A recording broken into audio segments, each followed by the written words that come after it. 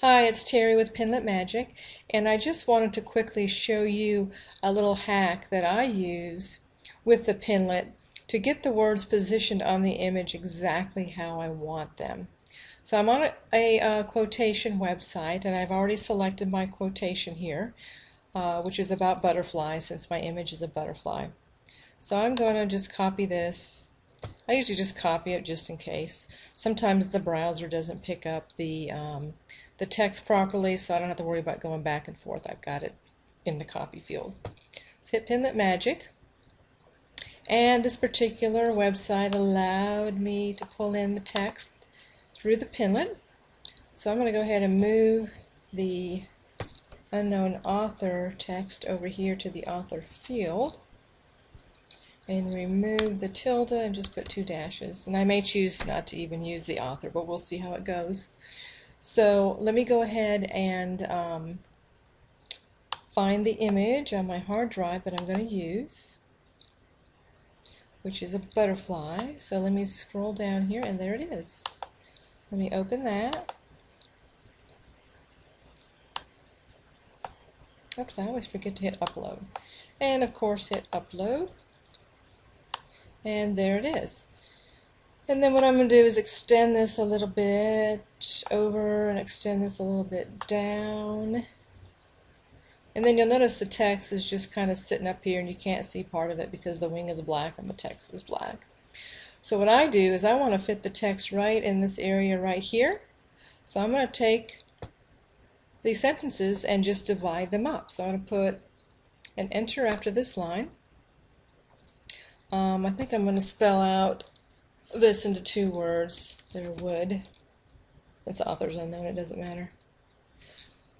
And then I'm going to put enter right here.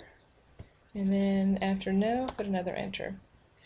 But still we see that the text kind of overlays the butterfly, and you can't read it really well. And with images, that's the thing that's very important, is to make sure that your text really is in great contrast with your image so it can be easily read at a glance. And that's where using this hack comes into play, as well as a couple other things. So here I want to push this line over into this green area. So I'm going to the end of a line, and I'm going to just hit the space bar until I get it to where I want it to be. I think I want it there. And then same with the next line. I'm just going to hit the space bar until I get it where I want it to be. And again. And here you have to do another enter in order for it to allow you to space it over. Otherwise it'll just sit there. And then I'm going to take out this period just because I want to. So there you have it. I mean, you just basically space stuff over, and the Pinlet will allow you to do that. So if we look at the preview, now sometimes the preview will look slightly different than what we're seeing here, so we just want to check it to see if there's any adjustments we need to make. So let's do that. And there is. So what we want to do is move everything up. So how we do that is we add carriage returns, or the enter key, after the last line until it pushes everything up. And then we may have to adjust the butterfly word again because I added a carriage return. And then I'm not going to use the author field, so I'm taking that out. So let's see how that looks. Let's see if we added enough carriage returns or enter key spaces to make it look good. Yeah, it looks pretty good. I think I'd like the butterflies to be, the word to be have a little bit more room between the last letter and the butterfly wing. So I think I'm going to just make it a little wider to accommodate that and see how that looks.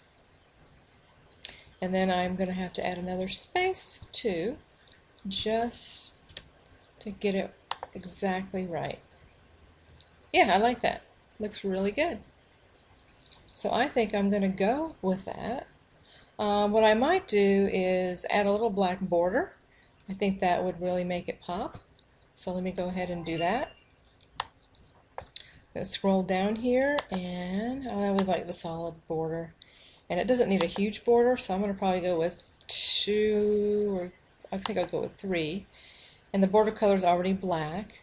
So let's see how that looks. Let's see if that adds to the image or takes away from it. Okay, I think it actually adds to the image.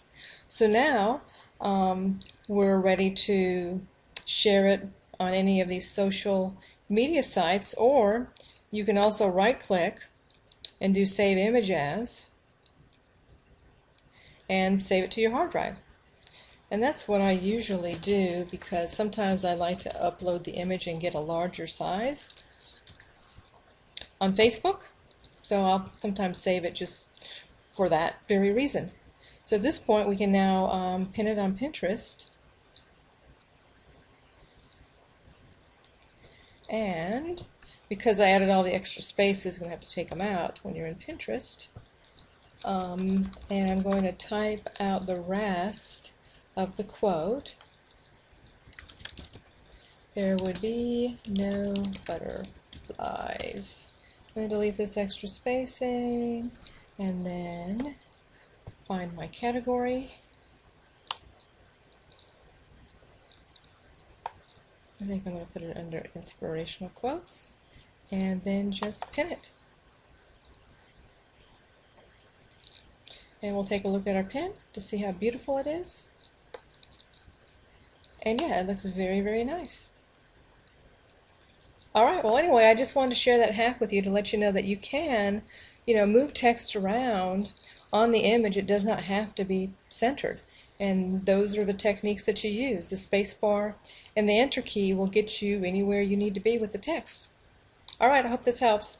Thank you.